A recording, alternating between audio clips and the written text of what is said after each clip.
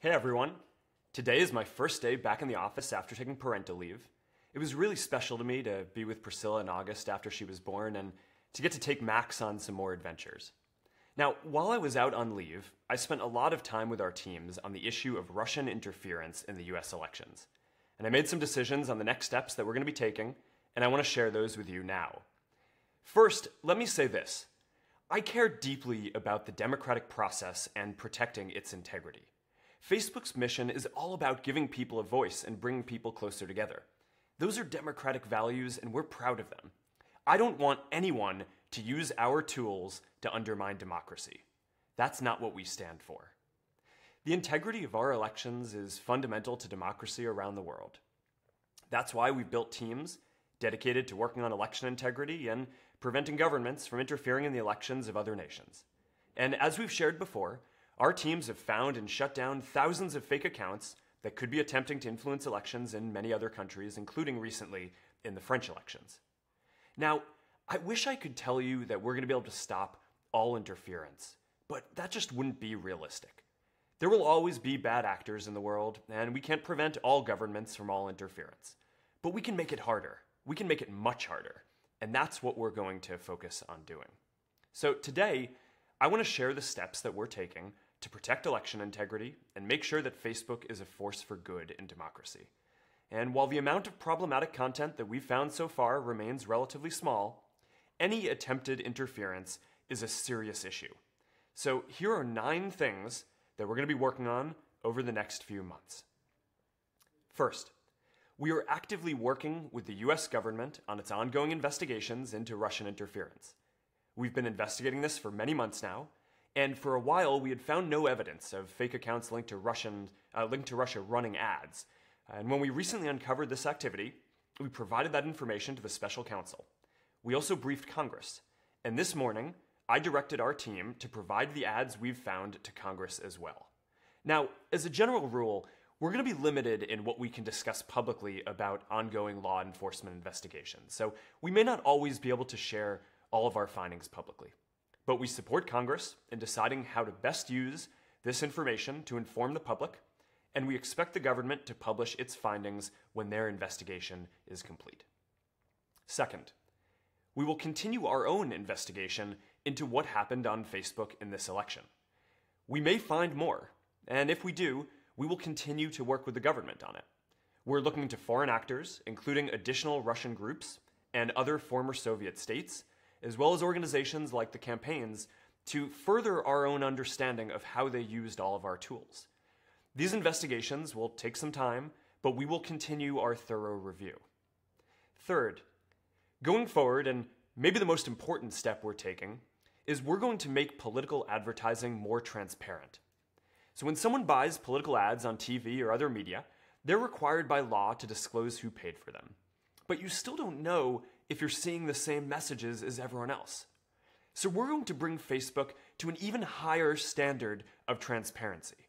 Not only will you have to disclose which page paid for an ad, but we will also make it so you can visit an advertiser's page and see the ads that they're currently running to any audience on Facebook. We will roll this out over the coming months, and we will work with others to create a new standard for transparency in online political ads. Fourth, we will strengthen our own ad review process for political ads. Now, to be clear, it has always been against our policies to use any of our tools in a way that breaks the law, and we have many controls already in place to prevent this. But we can do more. Most ads are bought programmatically through our apps and website without an advertiser ever speaking to someone at Facebook, and that's what happened here. But even without our employees directly involved in the sales, we can do better. Now, I'm not going to sit here and tell you that we're going to catch all bad content in our system. We don't check what people say before they say it, and frankly, I don't think society should want us to. Freedom means you don't have to ask for permission first, and that by default, you can say what you want. And if you break our community standards or you break the law, then you're going to face consequences afterwards. We won't catch everyone immediately, but we can make it harder to try to interfere. Fifth, we are increasing our investment in security and specifically in election integrity. In the next year, we will more than double the team working on election integrity. In total, we'll add more than 250 people across all of our teams focused on the security and safety of our community. Sixth, we will expand our partnerships with election commissions around the world. We already work with electoral commissions in many countries to help people register to vote and to learn about the issues. And we're going to keep doing that. And now we're also going to establish a channel to inform election commissions of the online risks that we've identified in their specific elections. Seventh, we will increase sharing of threat information with other technology and security companies. We already share information on bad actors on the internet through programs like Threat Exchange, and now we're going to explore ways that we can share more information about anyone attempting to interfere with elections. Now, it's important that tech companies collaborate on this, because it is almost certain that any actor trying to misuse Facebook will also be trying to abuse other internet platforms too. Eighth, we are working proactively to strengthen the democratic process.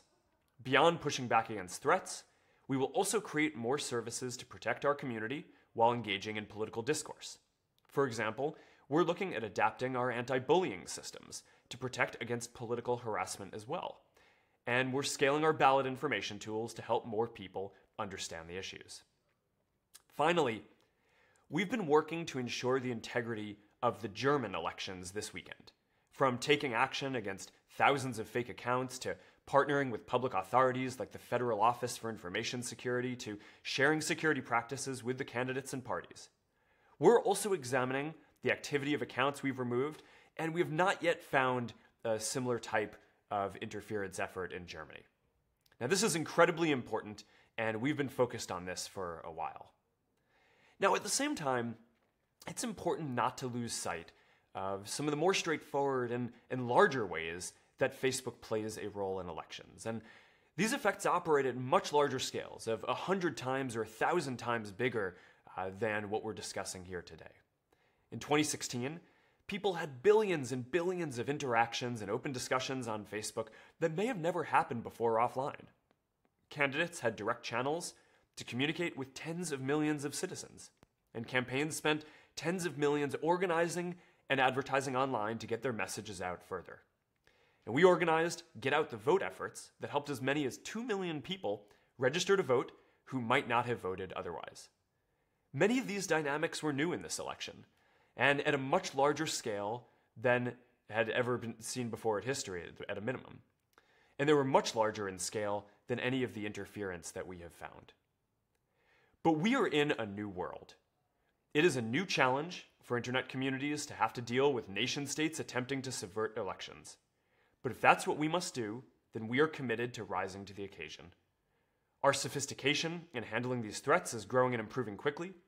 We will continue working with the government to understand the full extent of Russian interference, and we will do our part, not only to ensure the integrity of free and fair elections around the world, but also to give everyone a voice and to be a force for good in democracy everywhere.